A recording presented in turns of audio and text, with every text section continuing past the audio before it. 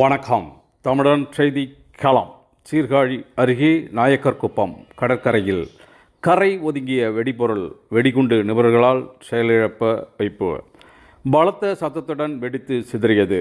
மயிலாடுதுறை மாவட்டம் சீர்காழி அருகே நாயக்கர்குப்பம் கடற்கரையில் கடந்த 12ஆம் தேதி அதிகாலை மர்மப்பொருள் ஒன்று கரை ஒதுங்கியது. இதனை அறிந்த மீனவர்கள் கடலோர பாதுகாப்பு குழும போலீசாரிடம் தகவல் அளித்தனர்.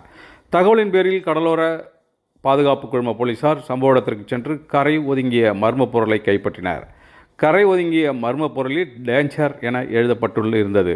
மேலும் இந்த பொருள் 1 அடி நீளம் கொண்டதாகவும் 6 இன்ச் விட்டம் கொண்டதாகவும் இருந்தது.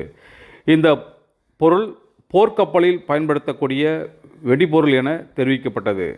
கைப்பற்றப்பட்ட வெடிபொருளை சென்னையிலிருந்து வந்த வெடிகுண்டு நிபுணர்கள் உதவியுடன் புதுக்குப்பம் கடற்கரை பகுதியில் பாதுகாப்பான இடத்தில் புதைத்து மண்முட்டைகள் போட்டு மூடி வைத்தனர். இந்த நிலையில் இன்று சென்னையிலிருந்து வெடிகுண்டு செயலிழப்பு மற்றும் நிபுணர் பிரிவு இன்ஸ்பெக்டர் வாசுதேவன் தலைமையில் 4 பேர் கொண்ட குழுவினர் நாயக்கர்குப்பம் வந்து அங்கு புதைத்து வைக்கப்பட்டிருந்த கப்பலில் பயன்படுத்தக்கூடிய அந்த வெடிபொருளை பாதுகாப்புடன் வெடித்து செயலிழக்க வைத்தனர்.